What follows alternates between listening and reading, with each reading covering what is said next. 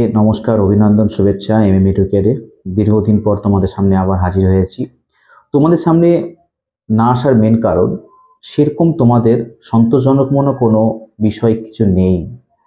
কারণ সরকার দীর্ঘদিন ধরে নিয়োগ করেনি। 2024-এর লোকসভা ভোটের আগে যে একটা পুরনো 2014-17 যে 2022-এর রিক্রুটমেন্টটা করেছিল এবং সেইটা কিন্তু এখনো পর্যন্ত সমাপ্ত করতে পারেনি।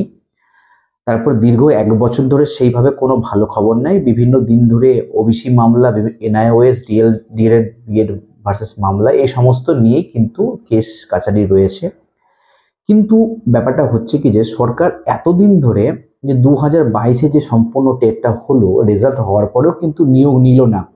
দীর্ঘদিন ধরে এত যে আন্দোলন হচ্ছে তারপরেও কিন্তু কোনো ভালো পদক্ষেপ সরকার এখনো নেয়নি। তারপরেও 2023-এ যে টেট হলো সেই টেটের রেজাল্ট আউট করেনি।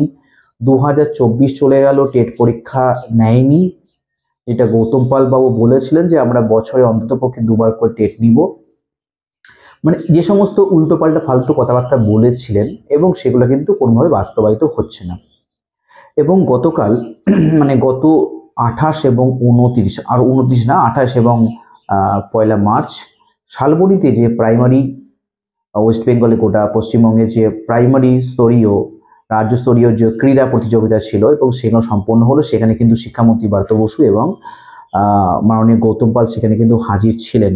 এবং আমাদের যে মুর্শিদাবাদের যে সমস্ত শিক্ষক শিক্ষিকা গিয়েছিল তাদের কাছ থেকে কিন্তু খোঁজখবর যা পেয়েছি যে এখন যে নিয়োগের ব্যাপারে কোনো সরকার সেইভাবে কোনো কিছু ভাবছে না বলতে সরকার কিন্তু আগে আমি বারে বারে বলি, অনেকজন অনেক ভিডিওতে কিন্তু অনেক চ্যানেলে কিন্তু বিভিন্নভাবে কথাবার্তা বলে, আমি আগাগোড়াই বলি কিন্তু সরকার আমরা দীর্ঘদিন দেখে আসছি যে সরকার যা কিছু করছে সেটা কিন্তু পুরো সামনে বিধানসভা বা লোকসভা বা পঞ্চায়েত বিভিন্ন ভোটের ওপর নির্ভর করে কিন্তু সে নিয়োগগুলো করছে। আমরা এর আগেও দেখেছি যে 2024 আগে, লোকসভার আগে কিন্তু নিয়োগ হওয়ার পরে 1 বছর হয়ে গেল, কোনো কিছু নেই। এবং 2025 এই বছরে কিন্তু কোনো ভোট নেই।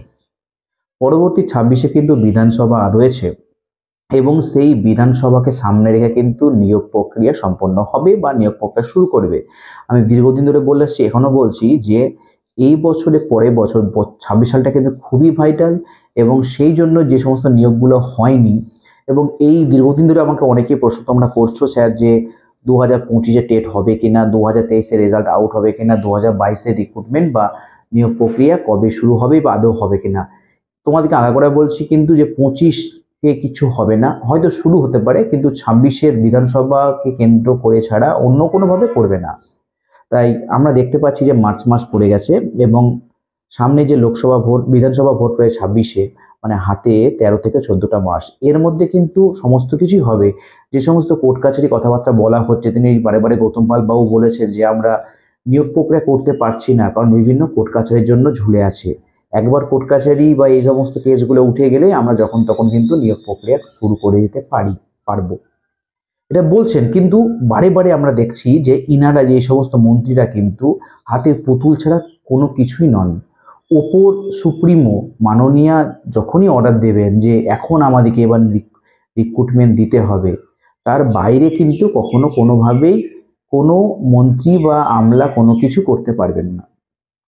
তাই আমি তোমাদেরকে বারে বারে বলছি, দেখো 2024-এর যে টেট হয়নি, 25-এ টেট হবে কারণ 26-এ বিধানসভা ভোট আছে। বিধানসভা ভোটের আগে কিন্তু ঝলক দেবে 2026-এ নতুন করে, মানে 25-এ টেট হবেই।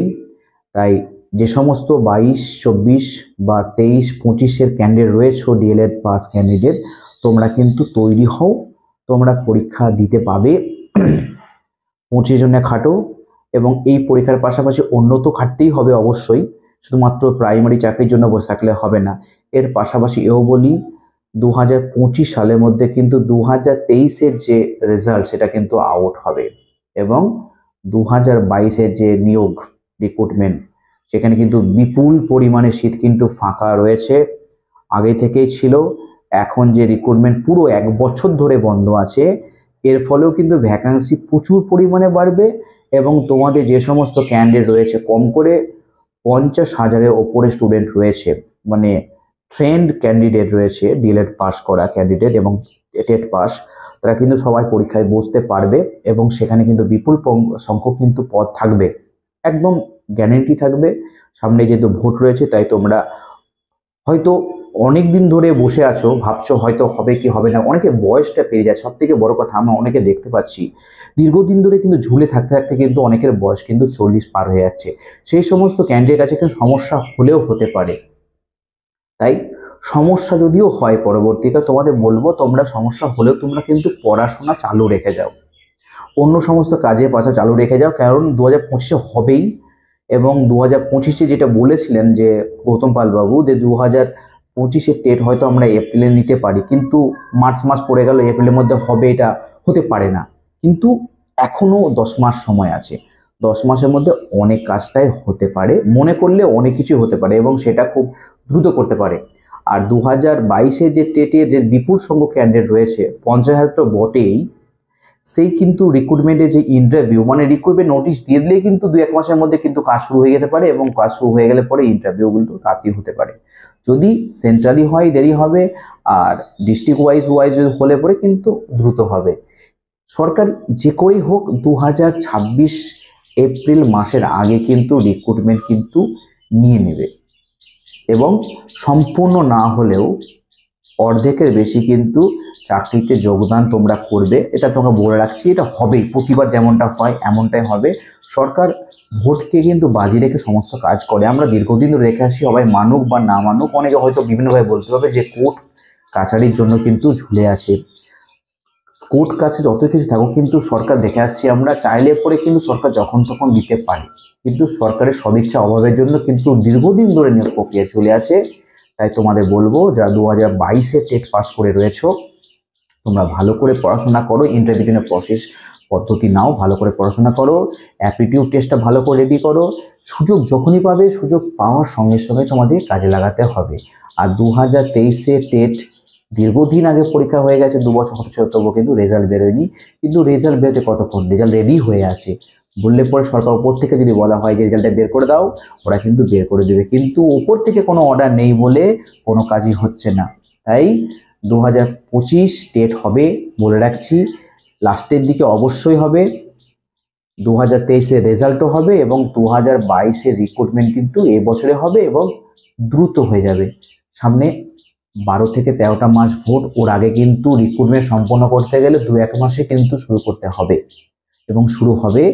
তাই কে কি বললো না ভেবে তোমরা ভালো করে রেডি হও। বলে রাখছি, প্রচুর পরিমাণে ভ্যাকান্সি থাকবে। ভ্যাকান্সি আগে যা ছিল তার থেকে কিন্তু 1 বছর, সম্পূর্ণ 1 বছর কোনো রিক্রুটমেন্ট হয়নি। এর জন্য আবার প্রচুর পরিমাণে স্কুলে 5ম শ্রেণী অ্যাড হয়েছে, আবার পরের বছর হবে, 2026-এ হবে। তাই প্রচুর পরিমাণে ভ্যাকান্সি থাকবে, তোমরা ভালো করে রেডি হও। আশা করব 2022-এর ম্যাক্সিমাম স্টুডেন্ট, 90% কাছাকাছি স্টুডেন্ট দেখবে তোমরা চাকরি পেয়ে যাবে। তাই আবার নতুন পরের ভিডিওতে তোমাদের অন্যান্য বিষয় নিয়ে আলোচনা করব। তোমাদের আগে থেকে আরও একবার বলছি, তোমরা ভালো করে ইন্টারভিউর জন্য প্রস্তুতি নাও, দেখবে এই সুযোগেই তোমরা সুযোগটা কাজে লাগাতে পারবে। তাই বেস্ট অফ লাক, অগ্রিম শুভেচ্ছা। এবং 2025-এ সমস্ত উচ্চ মাধ্যমিক ক্যান্ডিডেট যারা রয়েছে তাদেরকে অগ্রিম শুভেচ্ছা, অভিনন্দন। তোমাদের যারা ভাই বোন আছে অবশ্যই জানাবে যে ভালো করে পরীক্ষা দাও, তাদের সামনে সব থেকে বড় একটা পরীক্ষা আসছে। এই পরীক্ষার পরেও কিন্তু আবার লাখ লাখ ছেলে পশ্চিমবঙ্গে আবার ডিরেক্ট পাস করবে, মানে ফর্ম ফিল আপ করবে, আবার নতুন করে ভ্যাকান্সি, কি বলবো, আবার বেকারের যন্ত্রণা কিন্তু আরও বেড়ে যাবে। তাই সুযোগ যখন আসবে হাতছাড়া করা যাবে না।